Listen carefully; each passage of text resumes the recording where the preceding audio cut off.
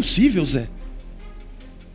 Ter o templo, os mestres da lei, os intérpretes, a sinagoga, os saduceus ungidos, a casta sacerdotal, os fariseus puritanos que zelam pela interpretação bem estrita e bem profunda da lei, ter o sinédrio, ter templo, sinagoga, sacrifícios, e ter o nome de Deus, e quando Jesus olha diz, não é Deus. Agora difícil é Jesus chegar para o seu povo e dizer, esse Yahvé que vocês servem, não é Deus. É possível, Zé, a gente falar o nome de Jesus e usar a Bíblia e não seguirmos a Jesus? É possível. A falta de amor em nome de Jesus não é Jesus. Uma atitude de ódio, de maledicência em nome de Jesus não tem Jesus. Uma atitude de preconceito, maus tratos e falta de educação ou grosseria em nome de Jesus continua não sendo de Jesus. Uma música cantada para louvor de Deus enquanto alguém continua sendo violento não tem Jesus.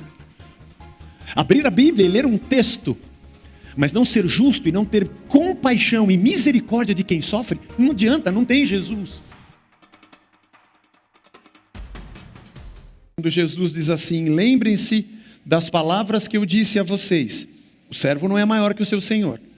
Se perseguiram a mim, também perseguirão a vocês. Se guardaram a minha palavra, também guardarão a de vocês. Tudo isso, porém, farão com vocês por causa do meu nome. Tudo isso farão com vocês por causa do meu nome. É por causa do meu nome. E ele diz, porque não conhecem aquele que me enviou. Aqui é duro, hein? Eles não conhecem aquele que me enviou. Se eu não tivesse vindo e lhes falado, eles não teriam nenhum pecado, mas agora não tem desculpa do seu pecado. Quem odeia a mim, odeia também o meu Pai. Eles não me conhecem, e quando eu comecei a falar, o pecado deles apareceu. E eles odeiam a mim, então eles odeiam o meu Pai. Eles não me conhecem. Odeiam a mim e odeiam o Pai. Eu e o Pai somos um. Se eu não tivesse vindo e lhes falado, eles não tinham nenhum pecado, mas agora não tem desculpa do seu pecado. Não dá para se desculpar mais.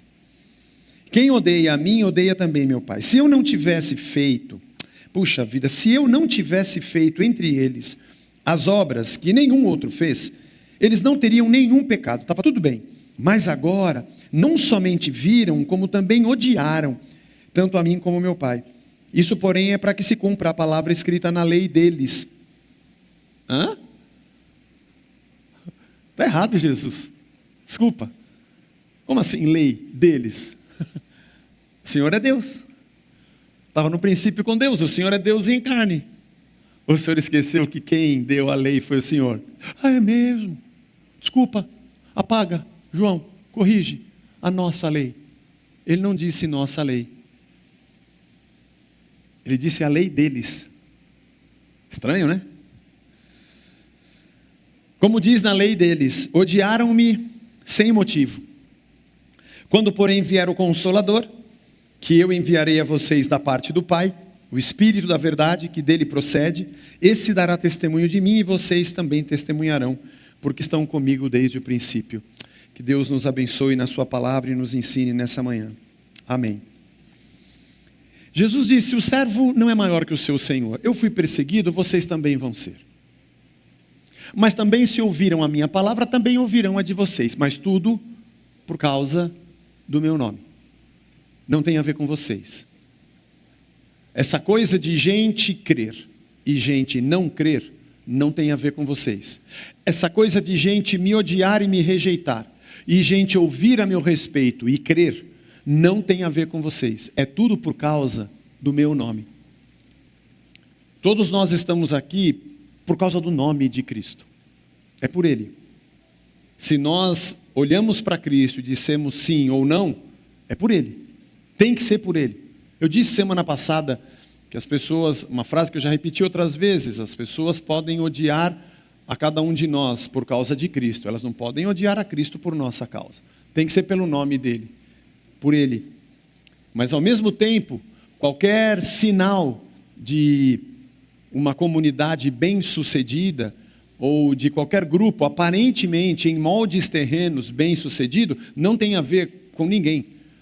Nem com o lugar, nem com a pessoa, nem com o pastor, nem com os ministros. É tudo sobre o nome dele. O reino de Deus não tem a ver conosco, é o nome dele. A comunidade da fé floresce em torno da mesa onde o evangelho é servido. E ela floresce em torno dele. E a nossa vida tem que girar em torno dele, na lógica dele.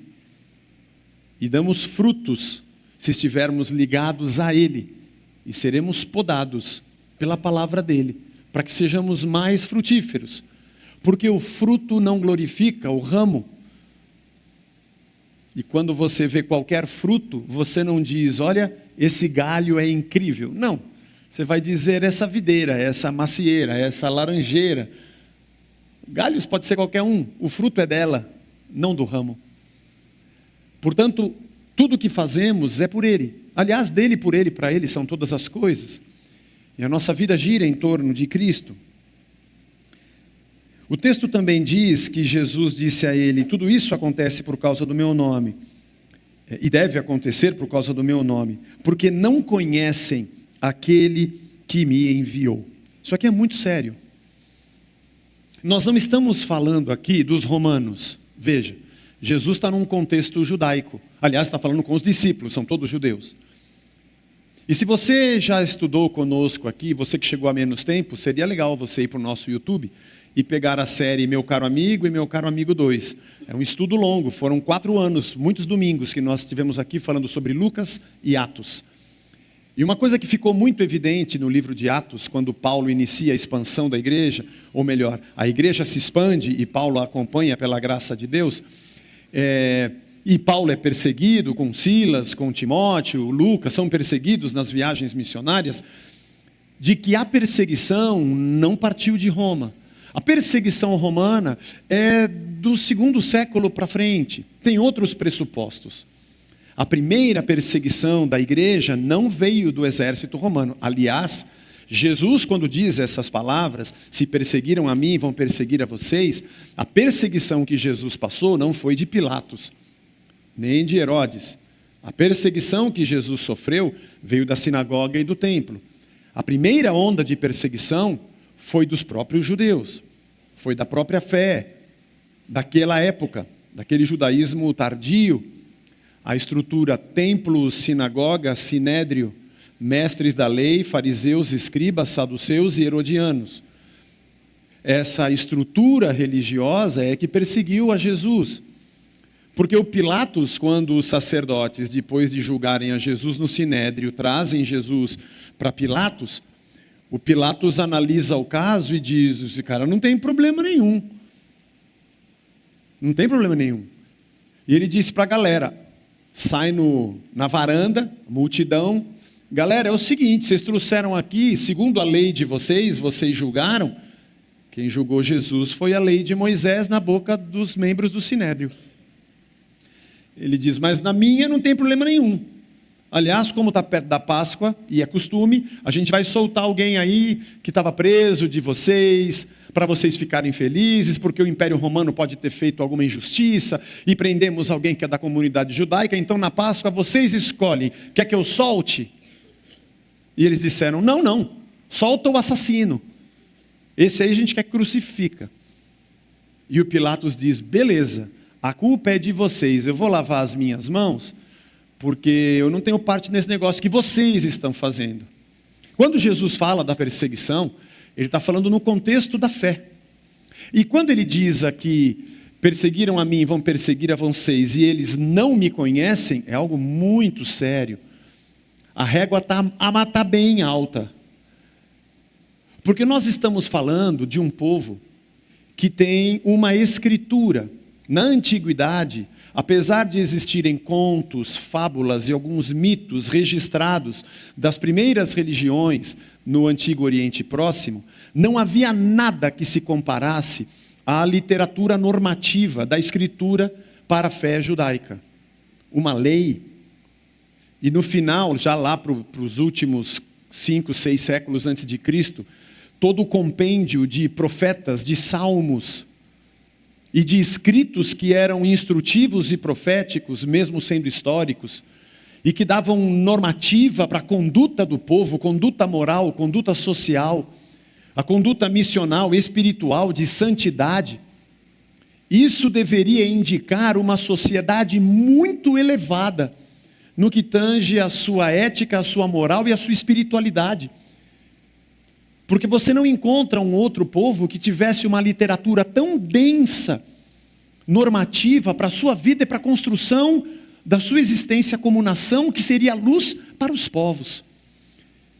Fora isso, esse povo tem na sua história ter saído do Egito por um milagre, com Deus mandando 10 pragas. O início desse povo é um milagre na barriga da Sara, que não podia ter filhos, e Deus faz sinais. 10 pragas no Egito, atravessam o Mar Vermelho que se abre e afoga o exército de Faraó.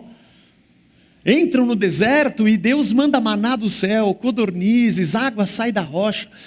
E as vitórias que eles tiveram sobre amalequitas, sobre midianitas, sobre filisteus, de maneira sobrenatural, Deus agindo.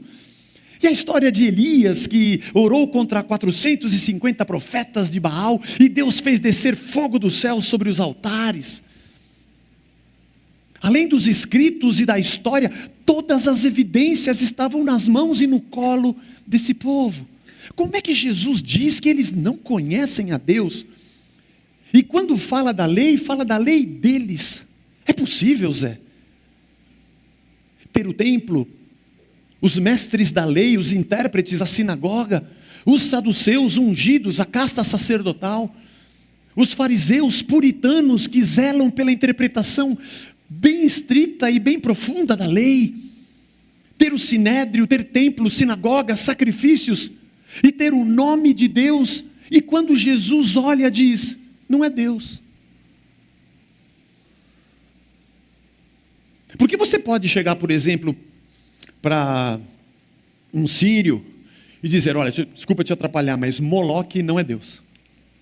Chegar para um filisteu e dizer assim, posso falar um negócio? Com todo respeito à sua fé, Baal não é Deus. Ou para amalequitas, midianitas, e amorreus, girgazeus, filisteus, todos aqueles povos que tinham ali, Líbano, Sírias, Fenícia, e dizer para eles, olha, preciso te falar uma coisa, Astarte, Astarote não são deusas, viu? Ou dizer para os sírios, olha, vocês têm um templo de Rimon com uma grande estátua. Preciso dizer para você, Rimon não é Deus. Agora, difícil é Jesus chegar para o seu povo e dizer, esse Yahvé que vocês servem não é Deus. Não dá. Dá, Zé? Dá. Lógico que dá. Nós corremos esse risco? Sim. Não posso dizer que não.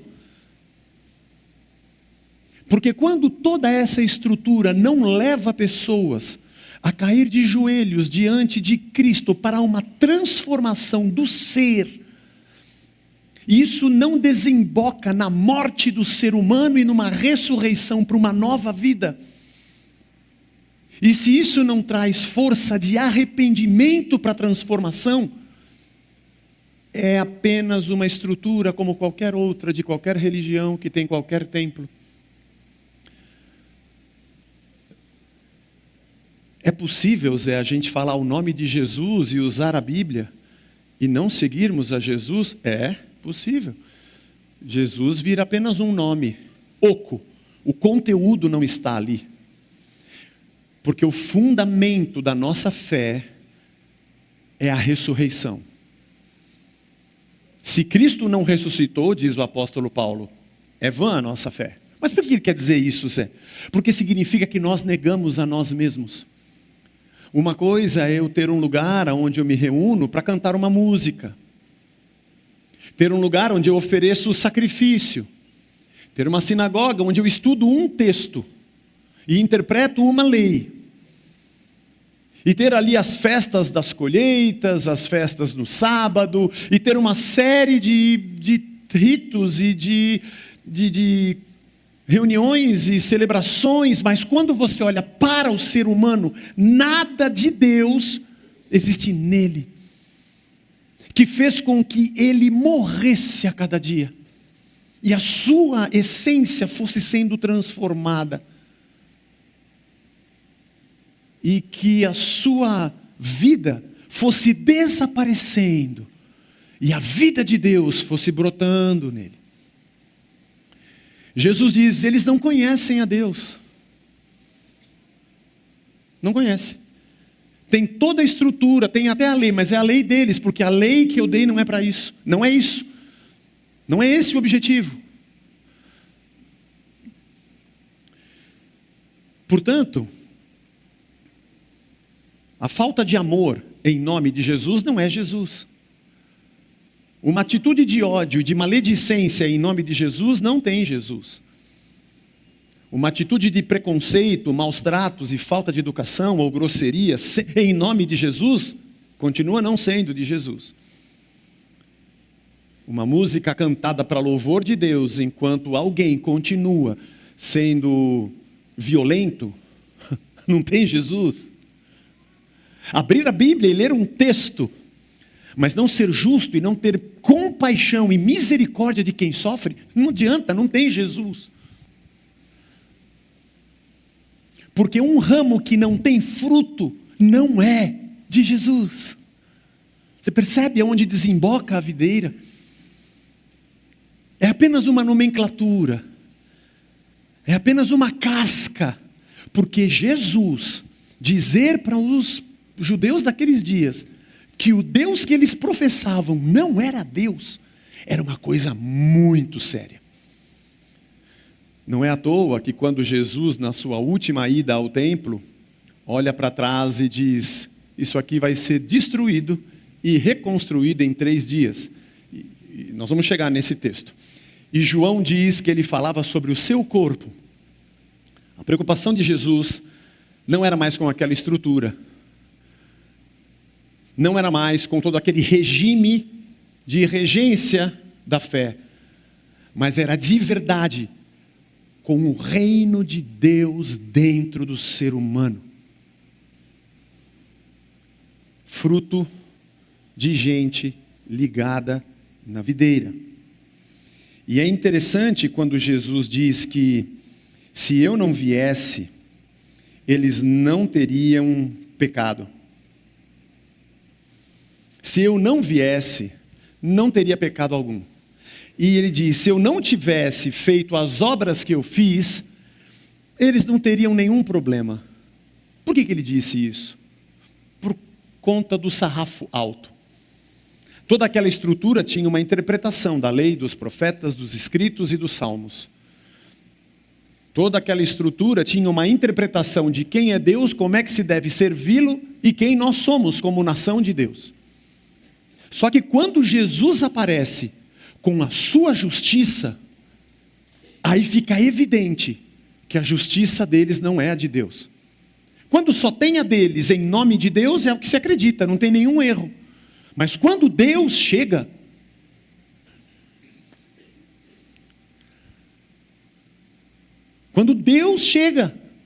a interpretação deles tem que bater com Deus. Você concorda comigo?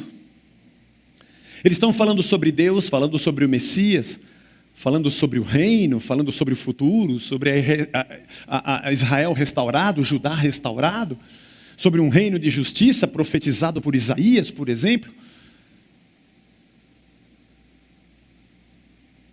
E aí de repente Deus chega. E era para esses religiosos dizerem assim, estava falando de você agora. Jesus, você nem imagina. Porque tudinho, do jeito que você faz, do jeito que você fala, é o que eu não estava falando. Você não morre mais. Não, eu não morro porque eu sou eterno. E se eu morrer, eu ressuscito. Porque eu estava falando de você. E não é que tudo que a gente faz nas nossas festas, celebrações, é igualzinho o que você ensina? E não é que a nossa vida como povo, o nosso trato de uns com os outros, Não é que a nossa compaixão, nossa justiça, nossa verdade, não é que o nosso comportamento ético, moral, verdadeiro, sincero, humilde, sem orgulho, sem nariz empinado, não é exatamente isso, é povo. E o povo diria, mas não é que você interpretou certo que na sinagoga semana passada estava falando exatamente dele, porque ele é Deus. E Jesus fala, se eu não tivesse vindo, ia estar tudo bem. Quer dizer, errado, mas bem. Porque não tem nível de comparação. Então a justiça deles é a justiça, o amor deles é o amor. A verdade deles é verdade, a humildade deles é a humildade. O padrão está posto. Mas quando o padrão chega, evidencia a distância de toda aquela interpretação, que é a lei deles, não é de Deus, para aquilo que eu estou dizendo. E depois ele diz, e se eu não tivesse feito os sinais, eles não teriam culpa, mas agora eles têm. Porque eles não se arrependem. Porque na verdade, Jesus fez sinais para que nós nos arrependêssemos. É mesmo, Zé? É. É o que Jesus está dizendo aqui. Eles continuam sendo os mesmos, porque, veja, se aparece um maluco falando diferente de vocês, vale vocês, vale a sua interpretação. O maluco, não, é só um maluco. Aliás, eles olharam para Jesus e disseram, mata um maluco, porque ele está falando contra a nossa verdade. É só mais um maluco, acaba com ele. Agora, quando ele faz sinais e demonstra que ele é Deus, se eu o nego, eu estou negando o Pai. Os sinais de Cristo confirmam que suas palavras são a verdade. Mateus e Lucas dizem essa mesma coisa, quer ver? De um outro jeito que elucida bastante. Vamos ler Mateus 11. Jesus começou a repreender as cidades nas quais ele tinha feito muitos milagres, pelo fato de não terem se arrependido. Não é que eles não creram no milagre, não é que eles não viram o milagre, eles não se arrependeram, porque o milagre é para levar o povo ao arrependimento. E Jesus, se eu estivesse dizendo, irmão, você não deveria crer, mas sinto lhe dizer que quem disse isso foi o próprio Jesus. Eu fiz sinais e eles não se arrependeram. Olha o que ele diz, ai de você Corazim, e ai de você Betsaida, porque se em Tiro e Sidom se tivessem operado os milagres que foram feitos em vocês, há muito eles teriam se arrependido com pano de saco e cinza. Mas eu digo a vocês que no dia do juízo haverá menos rigor para Tiro e Sidom do que para vocês. Irmão, Tiro e Sidom eram cidades cirofenícias.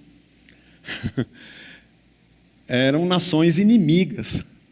E Jesus diz para as cidades de Israel e de Judá, eu fiz milagres em Betsaida, eu fiz milagres em Corazim, mas vocês não creram e não se arrependeram.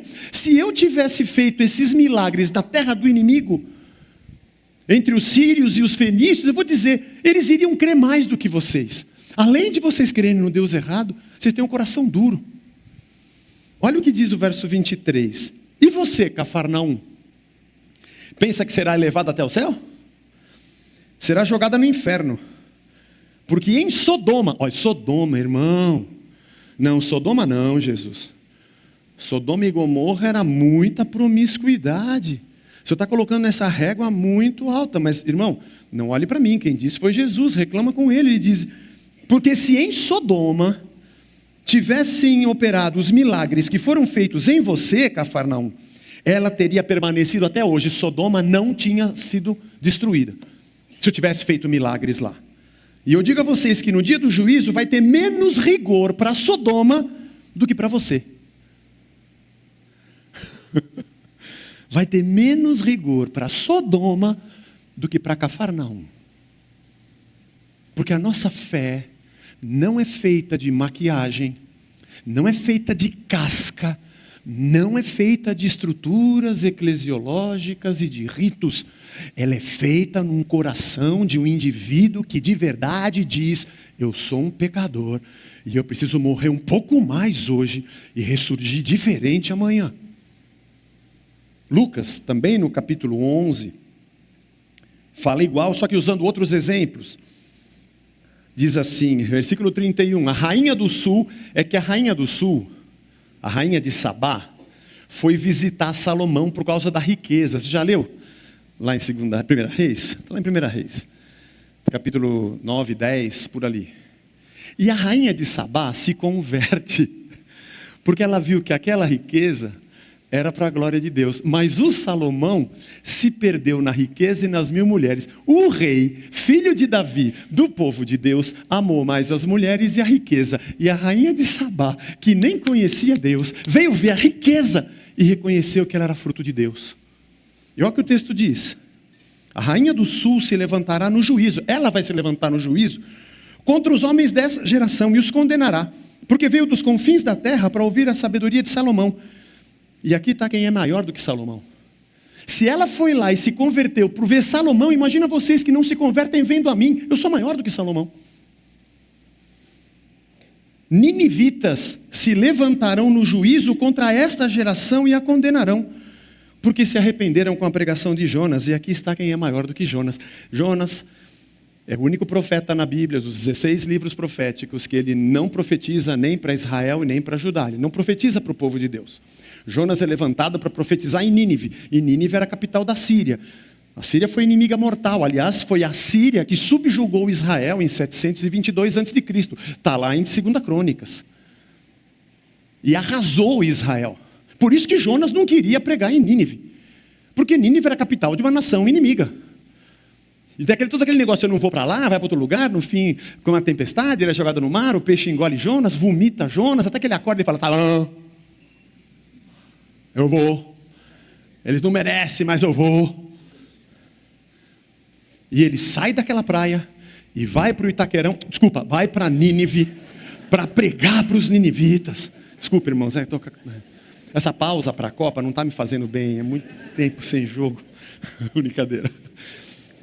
E você vai para Nínive, e ele vai e prega, irmão. E diz o texto, você conhece, o livro de Jonas são só 4 capítulos, lê lá. A cidade inteira de Nínive se converte, se arrepende, vestindo sacos e jogando cinzas sobre a cabeça, que era um rito de exemplo de alguém que estava contrito e arrependido. Diz o texto que eles pegaram e jogaram cinza e colocaram saco até nos animais, para dizer aqui todo mundo se converte a Deus. E aí Jesus diz, os ninivitas que vocês odeiam e execram, ouviram a mensagem de Jonas, e eu sou maior do que Jonas e vocês não ouvem. Eu fiz sinais de que eu sou Deus. Eu não fiz sinais para vocês acreditarem nos sinais. Eu fiz sinais para vocês acreditarem em mim. Foi para isso. Essa semana uma pessoa me fez uma pergunta, falou assim, Zé, me indagaram outro dia se a Arca de Noé de verdade existiu ou não, porque a Bíblia tem muita mentira. Eu falei assim, olha, eu creio que sim, é uma questão de fé. Eu creio que existiu, não é do jeito que Deus falou, o dilúvio, eu creio. Mas, eu não acredito em arca, né? Não sei se você sabe. A gente não vai no domingo na igreja e eu coloco aqui uma arca de madeira e a gente fica adorando a arca porque a arca existiu de verdade. Porque tem um monte de histórias de Jesus, tipo do semeador, do filho pródigo, do bom samaritano, que são histórias que não são de verdade. São parábolas, mas elas apontam para Cristo e eu creio em Cristo. Eu acredito. Acontece que a Arca de Noé é um símbolo de que o grande dilúvio do juízo que virá nesse tempo serão salvos os que estiverem em Cristo. Cristo é a arca, você entende, né? E o mundo em juízo é o dilúvio, né? Eu acho que existiu mesmo, eu creio que existiu. Mas também não faz diferença muito, porque na verdade aquilo só serve para eu jogar minha fé em Cristo e não no sinal.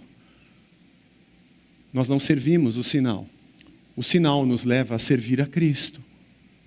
Portanto, quando Jesus diz, eles não me conhecem, nem com toda a estrutura, com toda a história, com todos os profetas, com a lei virou a lei deles, é a lei deles, eles interpretam do jeito deles.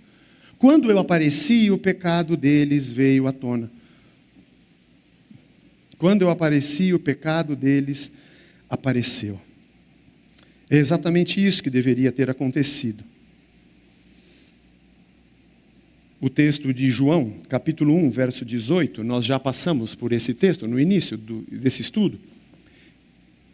João diz assim: ninguém jamais viu a Deus. O Deus unigênito que está junto do Pai é quem o revelou. João capítulo 1, verso 18. Enquanto Jesus não apareceu, ninguém tinha visto. Mas quando ele chegou, ele revelou Deus. Ele mostrou que Deus chegou. E aí evidenciou. E esse revelar aqui é como se ele... É o termo que a gente usa, esse verbo, exegeomai, significa trazer o entendimento, interpretar. Aliás, quando um pastor faz a exegese de um texto, vem do exegeomai, vem desse termo. Extrair o sentido. É como se Jesus interpretasse Deus na nossa frente, para a gente olhar para Ele, os sinais dEle e dizer: eu tenho que ser de Jesus. Deus chegou, o reino chegou, Ele está entre nós. A pregação do Evangelho lança luz sobre a nossa vida. O Evangelho liga uma lanterna e onde a gente não via, a gente começa a enxergar. Cristo é a luz que, vindo ao mundo, ilumina todo homem. Estava tudo bem, eu estava em frente ao espelho, estava me sentindo lindo com a luz apagada. Quando acendeu a luz, eu comecei a ver as minhas imperfeições, porque me aproximo de Cristo e fica muito latente a diferença. Quanto mais eu me aproximo de Cristo, mais fica latente a diferença que eu tenho dele. E quando Jesus diz: porque eu apareci, o pecado deles apareceu, é isso que ele está querendo dizer. O povo de Israel e de Judá viram tudo, ouviram tudo, mas não conheciam a Deus. Orgulho no lugar de humildade. Carregavam dentro de si violência, enquanto Jesus disse: bem-aventurados os mansos. Carregavam dentro de si o ódio, enquanto ele dizia: Deus é amor. Tudo isso baseado numa religião vigente, que era a religião de Deus. Ele disse assim no versículo número 25. Disseram isso para que se cumpra a palavra da sua lei, que está escrito: odiaram-me sem motivo. Esse texto se encontra no livro dos Salmos. É interessante, aqui vale só um detalhe teológico, tá, irmão? Quando a gente estuda a lei, a gente estuda a lei. Gênero literário, texto normativo. Quando a gente estuda profetas, a gente estuda profetas. Gênero literário, profecia. Quando eu estudo salmo, eu estudo salmo. Gênero literário, poesia, cântico. Jesus usa textos Jesus usa textos dos salmos dizendo lei. Havia interpretações naqueles dias dos mestres de que alguns textos dos salmos apontavam para algo profético e algo normativo. Por isso que Jesus fala: é assim que diz a lei, mas está escrito no salmo. Eu não abro o salmo para dizer isso aqui é lei, isso aqui é profético. Mas quando Jesus diz, eu vou na dele. Eu não tenho tanto peito para dizer, isso aqui não é poético, isso aqui é profético. Alguns são bem evidentes. Mas o texto do Salmo 35, 19 diz assim: não se alegrem de mim os que têm razão, são meus inimigos, não pisquem os olhos os que sem motivo me odeiam. É esse versículo que Jesus está citando. É isso que diz no texto sagrado de vocês. Vocês estão odiando sem motivo. Aquilo que está escrito no Salmo de Davi é o que vocês estão fazendo para mim. Quando eles liam o Salmo de Davi, achavam que eram os inimigos de Israel odiando Israel e o rei. Mas Jesus diz: não. Aquilo ali era um cântico de Davi que vocês achavam que era sobre vocês, mas é tudo sobre mim. São vocês que odeiam a mim sem motivo, usando a lei de vocês para dizer que vocês são o inimigo do reino. Também está no Salmo número 69, verso 4. Os que sem razão me odeiam são mais numerosos do que os cabelos da minha cabeça, poderosos que querem me destruir, e os com falsos motivos são meus inimigos, por isso tenho que restituir o que não roubei. Palavras também do salmista Davi sobre os inimigos de Deus, E agora Jesus usa esse texto para dizer que aqueles da religião de Deus é que são os inimigos de Deus. Eu não digo isso para que nenhum de nós se faça juiz da fé alheia. Vivemos num país livre e as pessoas creem como quiser, no jeito que quiser. E eu não estou aqui para dizer, a sua fé está errada, você não é de Deus. Cada um cuide do seu nariz, e eu já tenho muita coisa para cuidar no meu caso. É quase um latifúndio, é muita coisa. Paga IPTU. Mas eu digo isso para que nós possamos ter alguns elementos, como se fosse anticorpos. Para que quando me apresentam um Jesus, o Rubinho Pirola fala que não é Jesus, é Genésio. Apresentaram Jesus, mas isso aqui não é Jesus, isso aqui é Genésio. Jesus mesmo não é isso aqui. Eu estou lendo o livro dele. Eu li as palavras dele e ele não faz isso que você está fazendo. Que esse evangelho possa ser o crivo, para que eu e você, cada um de nós, na nossa vida, possamos olhar para nós mesmos. E essa palavra nos pode para a gente dar mais fruto. Porque Jesus encerra esse trecho dizendo que o Espírito vai estar em vocês. Ele repete o que ele disse mais atrás no capítulo 14. Quando vier o meu Espírito, ele vai lembrar todas as coisas que vos tenho dito. Ele diz a mesma coisa, ele repete isso. Quando vier o Espírito, ele vai habitar em vocês e vai fazer esse rebuliço em vocês. Ele vai testemunhar de mim para vocês. Ele vai ser eu, só que agora dentro de vocês. Ele vai ser a continuidade do que eu estou falando, só que agora em vocês. Ele vai testemunhar de mim, e vocês vão levantar da mesa para serem minhas testemunhas para esse mundo. Porque eu vim para os que eram meus, mas os meus não me receberam. Às vezes nós elevamos a nação do povo de Deus a um tipo de categoria de espiritualidade que ela não tinha. Às vezes até projetamos a nossa devoção a um Israel terreno, o que a Bíblia jamais disse para a gente fazer. E o reino de Deus, ele está aqui, e em cada um de nós. E ele vai ser visto entre nós, para que o mundo saiba que Deus está aqui. A discussão sobre Jesus veio mesmo? Parece que muita gente, mesmo ateus, que não creem na divindade de Jesus, não negam o Jesus histórico. Está relatado nas páginas da história, esse personagem humano chamado Jesus existiu, um ser humano comum. O que eles não creem é que esse Jesus era mesmo o Filho de Deus. A discussão sobre o fato de Jesus ter existido ou não é uma. Tem uma segunda. Se ele existiu, ele continua existindo? Porque se para nós ele só existiu como um fato histórico, que fez sinais e a gente proclama sinais, é ineficaz. Agora, se ele morre e ressuscita e pula para dentro de todo mundo, significa que ele continua vivo. Que eu não preciso provar se Jesus veio, é só você caminhar um pouco com a gente para você ver que ele continua vivo. O corpo dele continua aqui trabalhando, mesmo que você não consiga ver o cabeça. Essa é a nossa missionalidade. Sermos gente de Deus, que tem os inputs do sistema nervoso que não parte da nossa cabeça pecadora. Apesar de que parte muito. É uma luta todo dia, nós não somos perfeitos. Mas todo dia a gente se alimenta dele. Morre um pouquinho mais, ressuscita um pouquinho mais, para demonstrar para esse mundo que a evidência de que ele veio é o que a gente continua vivendo. Olha, se ele veio ou não veio, eu não sei. Mas o que essa história fez na vida dessas pessoas é incrível. Porque eles mudaram. Porque eles praticam um outro tipo de vida, de amor, de justiça que a gente não vê na terra. Eu estou até acreditando que ele veio mesmo, porque dá para ver ele vivo no corpo, na vida, na mente, nas atitudes desse povo. Nós somos ramos da videira.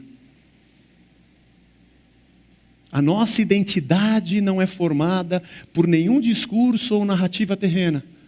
Nossa identidade está na videira. E é ali que a gente se alimenta. É por essa seiva que a gente vive. E a gente só pode dar um fruto, porque o fruto é dela. E a gente mostra para o mundo que ele vive. Bom, nós estamos na mesa para partir o pão e beber do cálice. na frente do Cordeiro de Deus, para celebrarmos esse plano incrível que Ele fez. O maior sinal foi o sinal da cruz. E que Ele nos ajude a levar esse sinal para o mundo. E a gente continue sendo luz para quem está cego, cura para quem está doente, vida para quem está morto, direção para quem está perdido, orientação para quem está desorientado, descanso para quem está cansado. Que Deus nos abençoe. Senhor Jesus, obrigado pela Tua palavra.